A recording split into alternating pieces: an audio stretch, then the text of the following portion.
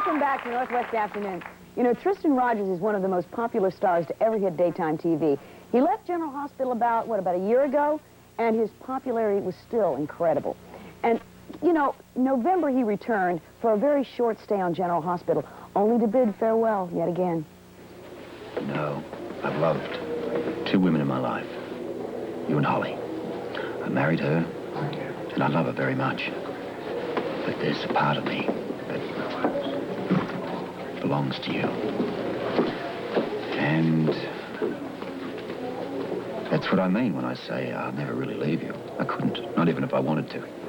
Final boarding call for flight 302 to Cindi. Well, it's me. Yeah. You may need this later today. What is it? A little going away present. Oh, thank you. It's a pass to go to the prison. Robert?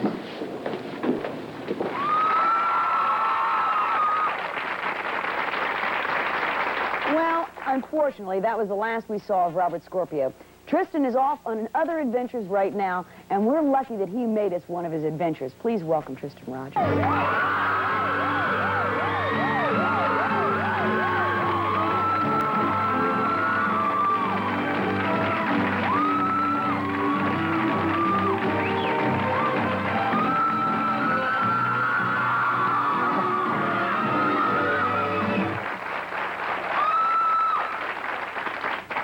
Hard to take, huh?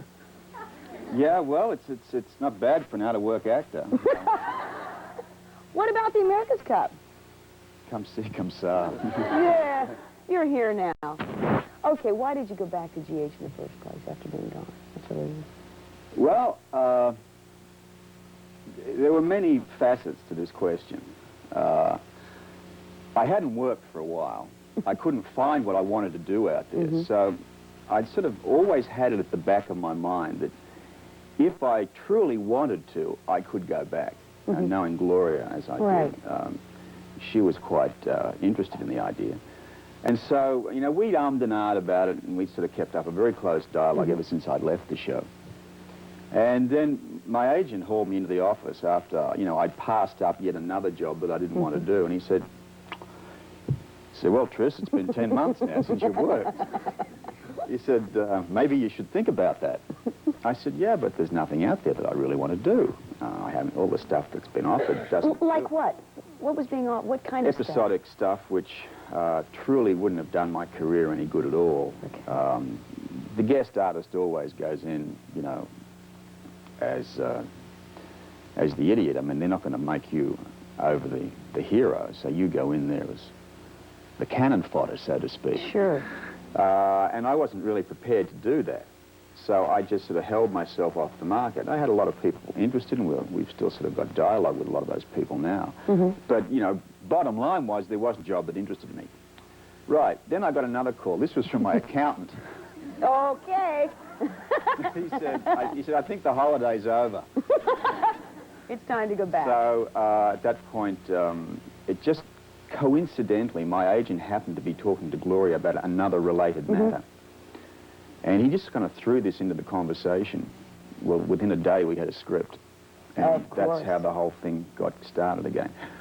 Apart from that, that aspect of it, I wanted to work. I wanted to get back into the throes of working so that I could be ready for the pilot season. I didn't want to sort of come from like a year of doing nothing and suddenly have a pilot thrown at me. Right. And not have, you know, the juices ready to sort of jump in and do a good job with it. I mean, acting is like anything else. If you don't practice at it, you get a bit sloppy. So that's really how it came about. How was it the first day back? Murder. What do you mean murder? Well, you know, I'd forgotten what it was like to do. I thought, well, okay, I'm back on the show. They'll go easy on the old guy. Give him maybe 20 pages or so. They gave me 60 pages the first day. I mean, I was in every other scene. I was going crazy. I thought, I'm here for 4 months doing this. So, then you got to work with, had the opportunity to work with the new kid on the block. Ian Buchanan, yeah. Well, we had Ian on, you know, right after he started. And I asked him, I said, you know, what is it like, first of all, being new and working with a veteran actor, someone like Tristan Rogers? And we got his response, and I want to share that with you. You know, I so much to learn. Every day I learn, and to learn from somebody like Tristan is just so wonderful. It's a wonderful experience.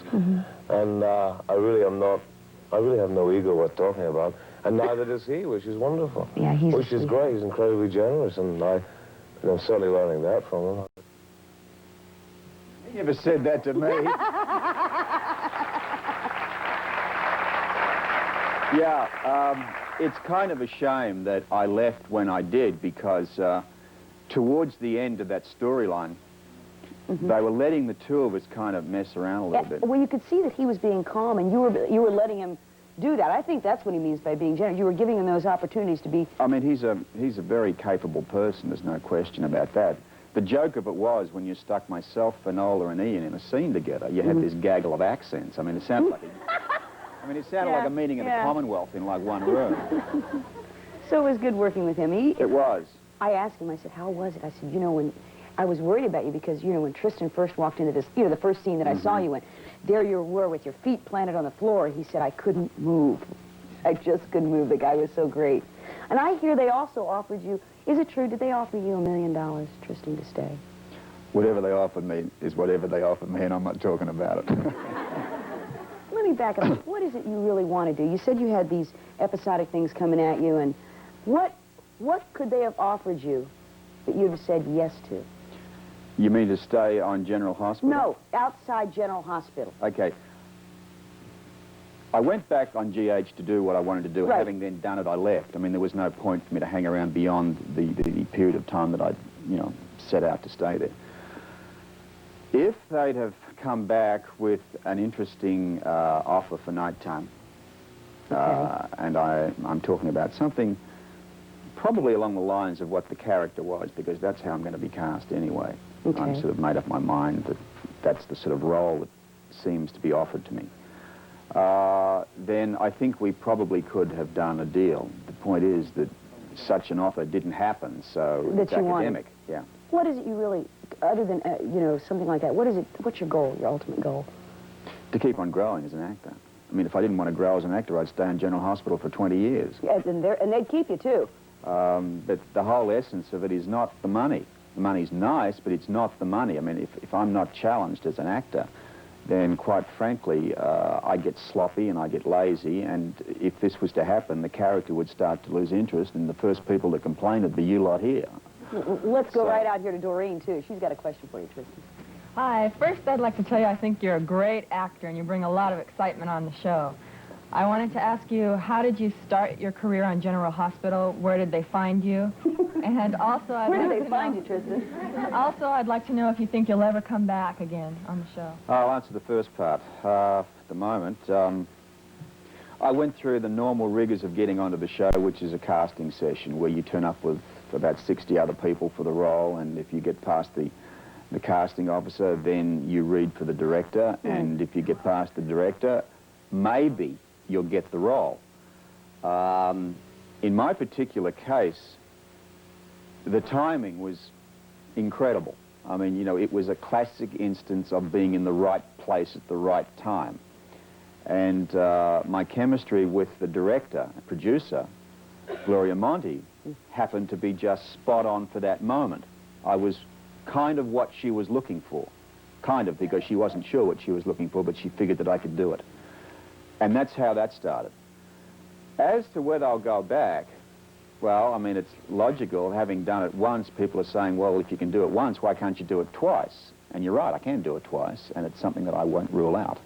If the urge sort of takes me, I don't want to sit around for another 10 months like I did last year and sort of, you know, watch the weather change. And wait for the agent and the accountant to say, Tris, it's time. Yeah. I mean, I'd sooner maybe do a film or a pilot, and then if I've got 3 months and I'm hanging about, I'm not adverse to going back and doing another guest stint like that. I am adverse to going back and working there for a year or so, because I liked it. I think what gave me the energy this time to do a good job, and I think it's the best work I've done on the show in the 5 years I was there, was the fact I could see the end. It wasn't like I was locked into a 3-year contract where, you know, all of a sudden each day just melds into the next. And you don't know what's going to happen. Exactly. You know? I knew what the start was and I knew what the finish was, so I could run. and give it everything, knowing that, all right, at the end, I'm just going to... You don't burn out. Yeah. You just don't, because you know what's going to happen. Precisely. You know what I bet a lot of folks don't know? I mean, I read bios every day on stars, but, you know, you probably didn't know. You might have known that Tristan was a model, but I bet they didn't know you were a bartender with a mustache. I bet they didn't know you were construction. And I bet there's a lot more we'll find out right after this.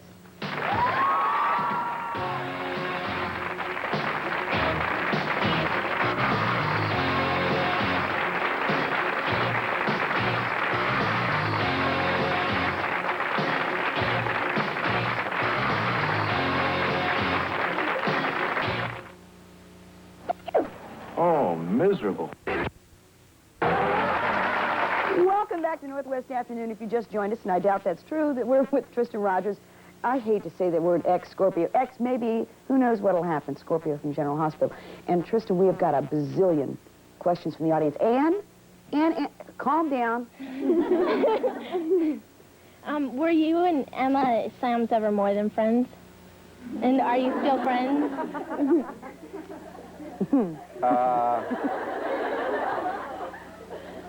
Were we more than friends? Boy, that's loaded. Well, if you mean does it extend beyond a handshake, the answer was yes. So I guess, yeah, we were more than friends.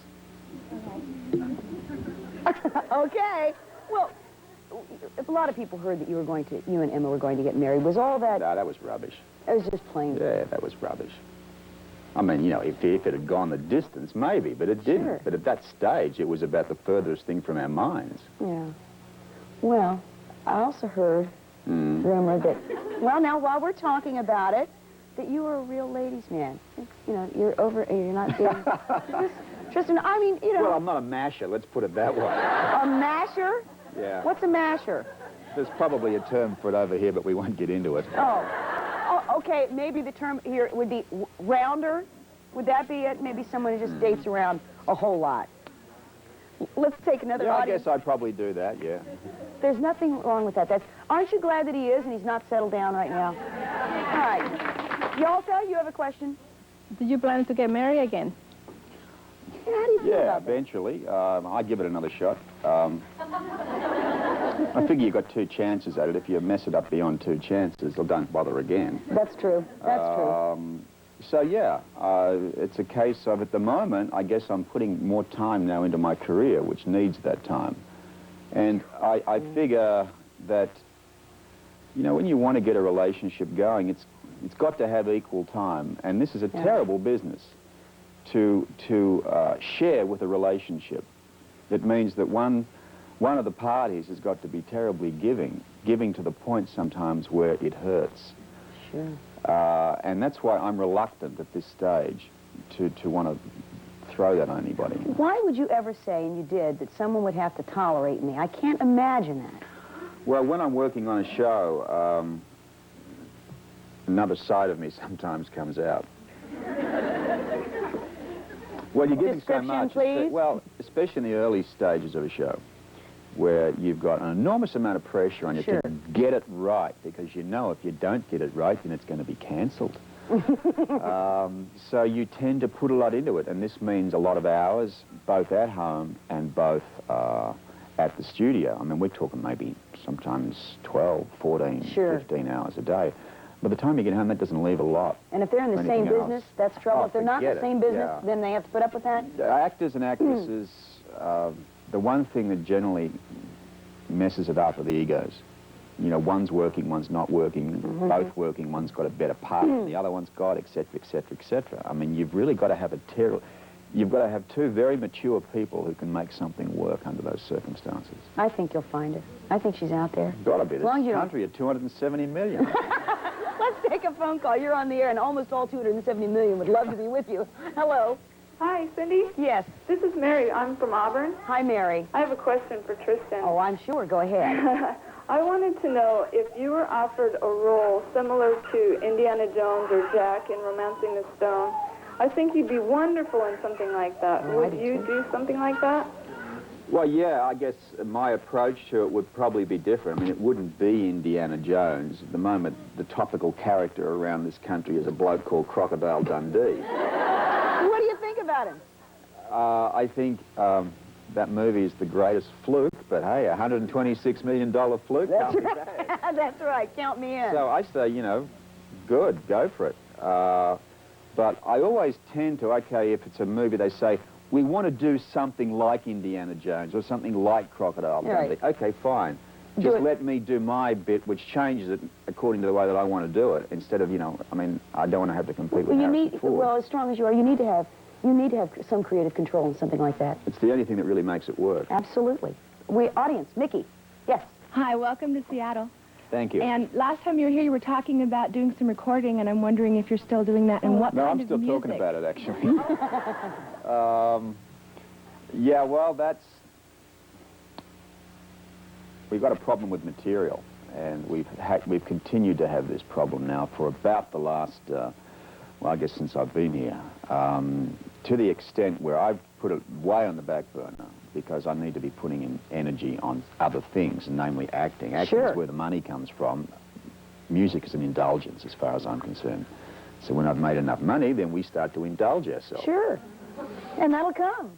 Tristan, thank you. You know, are you ready to go fishing? You got your cap fishing? I'm ready to go fishing. Okay, but before we go fishing, I think there's some gifts out there for you. Would you, I mean, and look at the smiles. I should hold your hands up if you have gifts. And Tristan, if you just, that looks like Karen has something for you. Would you like to stop out there and grab it? I would love to you, go Tristan. out and get that. Hang on, my... Now, you guys, while Tristan's getting his gifts from all the girls, I just want to remind everyone that Tristan and I are going to go fishing all day tomorrow. No, I can't tell you where we're going. Yes, we're going alone. Yes, we're going alone. And neener, neener, neener. and we want to thank you once again. Thank you all. Don't go away. Northwest Afternoon will be right back. Right after this.